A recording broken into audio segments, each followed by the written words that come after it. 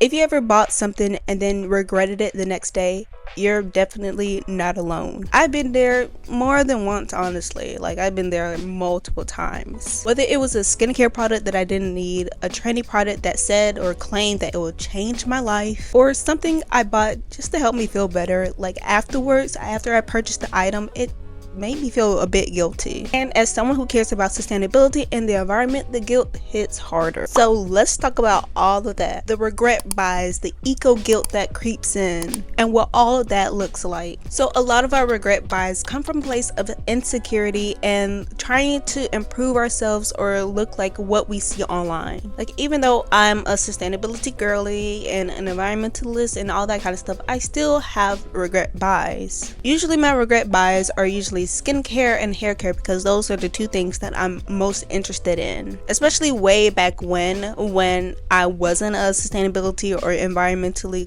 friendly girly. Like, I was really into buying skincare and hair care products. Like, I had whole cabinets full, whole drawers filled, like a whole wall full of skincare and especially hair care products. The reason why I bought all of these products is because of, number one, insecurity, and number two, I wanted to look like the girlies or the influencers that I was following. For with my skincare, for example, I had really terrible skin. Like, it looked like ants just came across my face and started biting me up, because I had pimples and dark spots and hyperpigmentation and all that stuff on my face, and people would point that out, and like, that really made me feel uncomfortable, and I didn't really like that. So I took to these influencers that had real clear skin, and I wanted my skin to look like theirs, and whatever product that they were recommending, I would purchase the products, even though I had little to no money. So I don't know where I got the money from, but anyways, I got the products because they had clear skin and they were recommending these products, saying, oh, this product's the best product, this product will help your skin, all that kind of stuff, and I fell for that. With hair care, I was real deep in the natural hair community, so I really wanted to learn how to do my own hair, especially when I hit high school. Like, in the 10th grade, I really started to learn how to do my own hair. So I'll go to these natural hair influencers, these girlies that had long, thick, curly hair, and I wanted my hair to look just like theirs and to be moisturized just like theirs and have long hair all the way to like my butt or something. Like the skincare influencers, these natural hair girlies, they were recommending products saying, oh, this will work, you need to buy this, you need to buy this, oh, this hair growth oil, whatever, will definitely help your hair get to be like mine, etc. And like with the skincare influencers, I fell for what the hair care influencer were promoting. So let me share a personal story about the natural hair community. Like I said, I was really deep in the natural hair community, especially around, I think it was around 2015, 2016, 2017 or something like that, when the no oils, no butter trend came out. If you know, you know. So a lot of these no oil, no butter girlies, they had like a whole list of products that you need to have. Like, you do not need to use this shampoo, use this shampoo instead. You need to use this conditioner, you need to use this brush, etc., etc. And like, if you deviate from that, then you shouldn't deviate from that. It was just a whole bunch of rules and a whole bunch of items that you need to buy and a whole bunch of expensive products that you need to buy. And on top of that, the products were expensive. They didn't want any drugstore kind of products. You had to spend some coins to get the expensive products that they claim that would help your hair grow and be very luxurious, thick, and healthy. I remember buying some of the products off the list, especially the Felicia Leatherwood brush.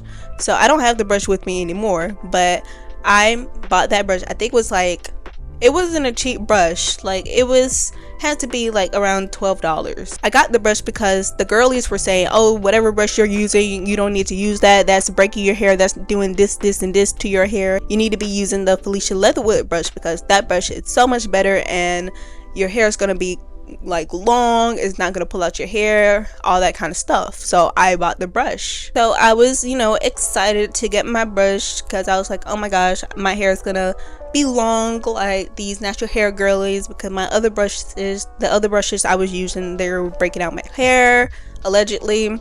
and I'm so excited that I'm gonna get this Felicia Leatherwood brush from Amazon. So I was very excited when just waiting for the brush, and then the brush came and I started using the brush because I used to wash my hair like every week, like the girlies recommended, and like I don't know, I didn't really like the brush that much, to be honest, but I kept with it because that's what the girlies said. They said that I needed this brush to have long hair, that I absolutely needed this brush.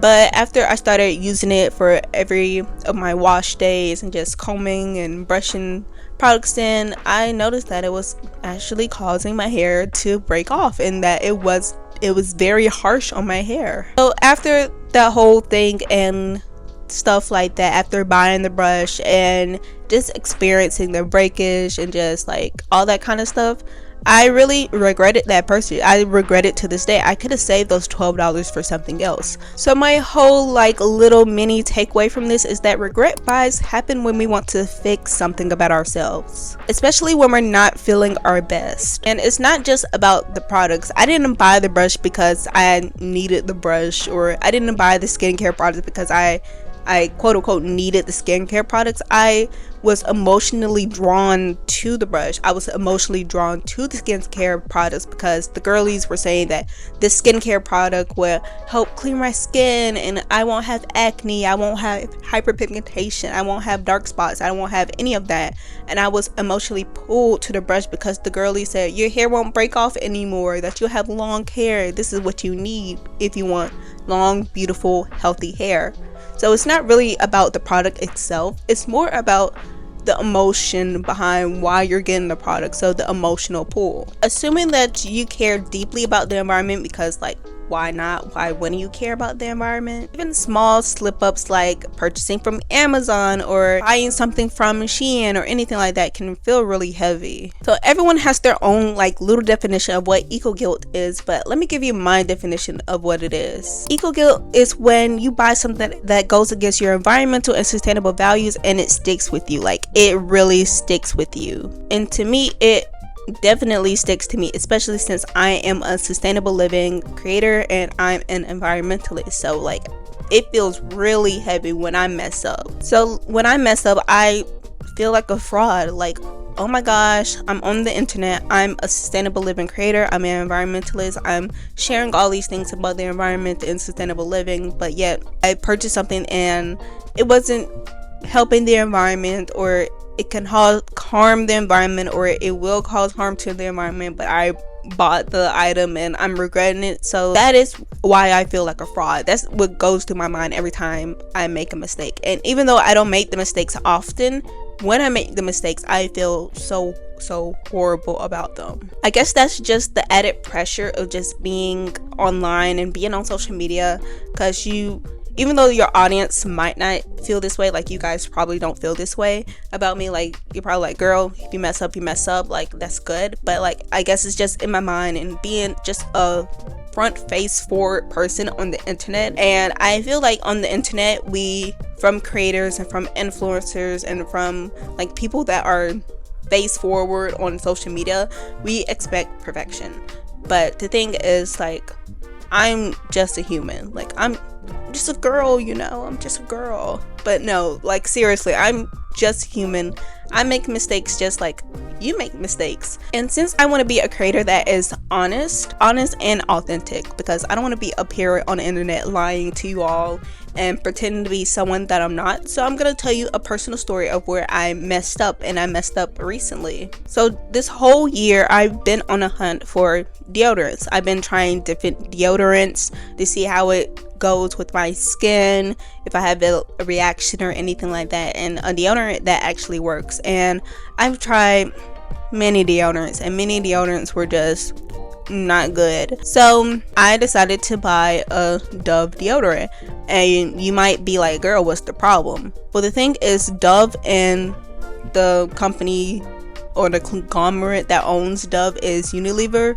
Dove and Unilever are one of the biggest plastic polluters in the world, like one of the biggest. The reason why I got the deodorant is that, like I said, I've been searching for deodorants, and I'm still on the search for deodorant. Don't get me wrong, I'm not gonna stop at this Dove deodorant, but for the time being, I used to live in South Georgia.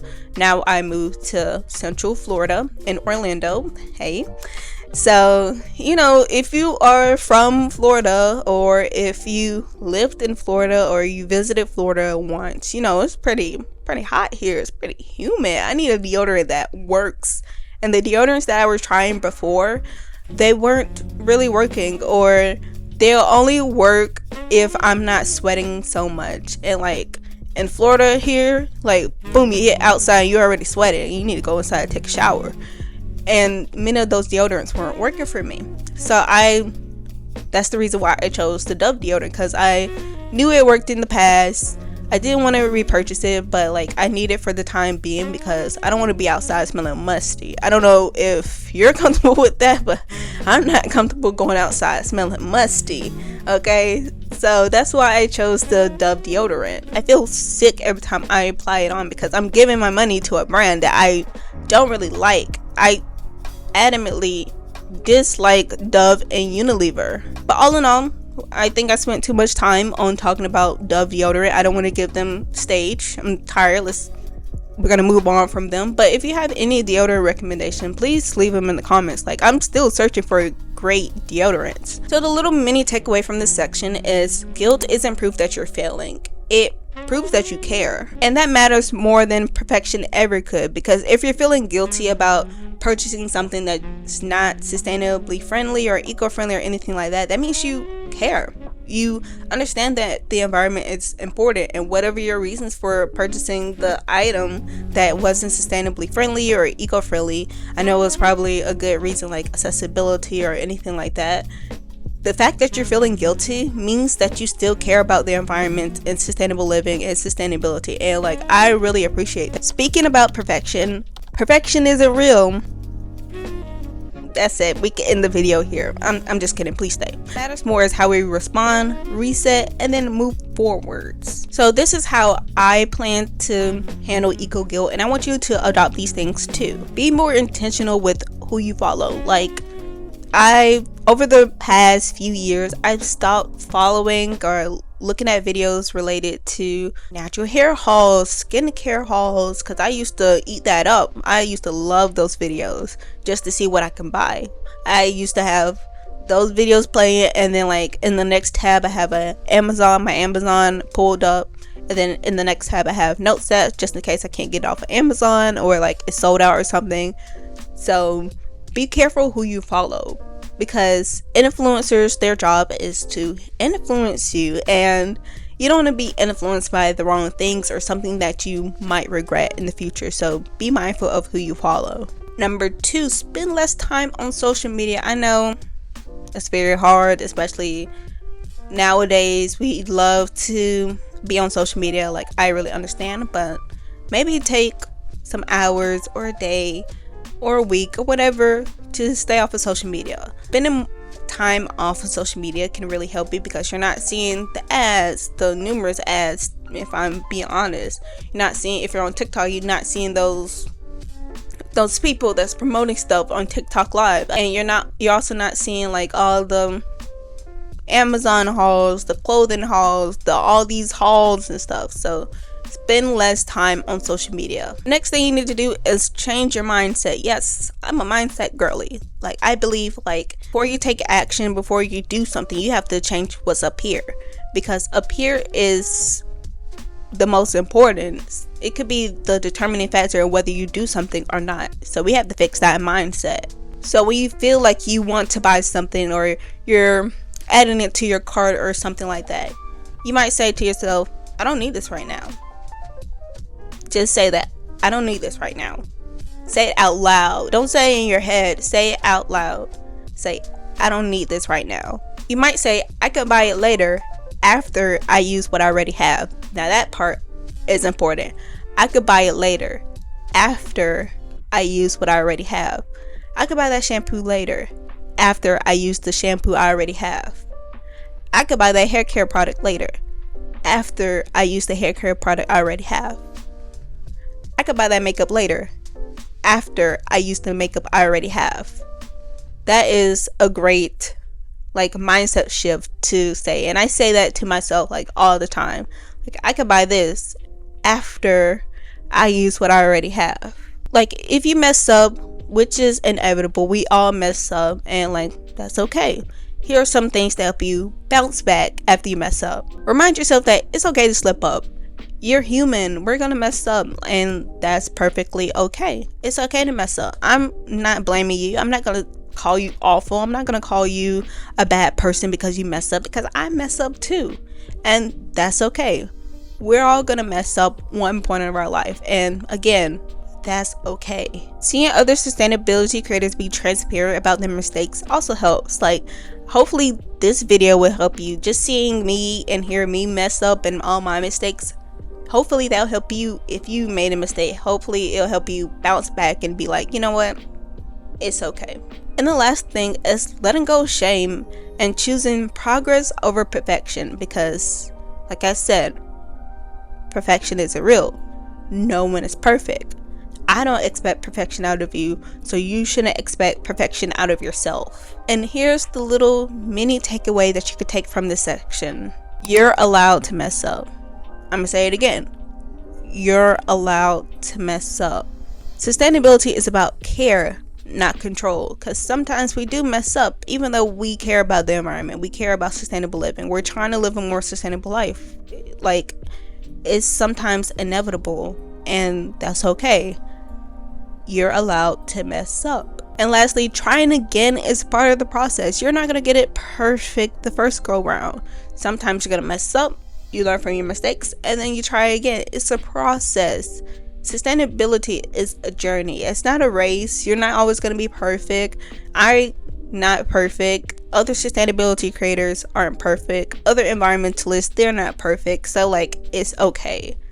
You're allowed to mess up.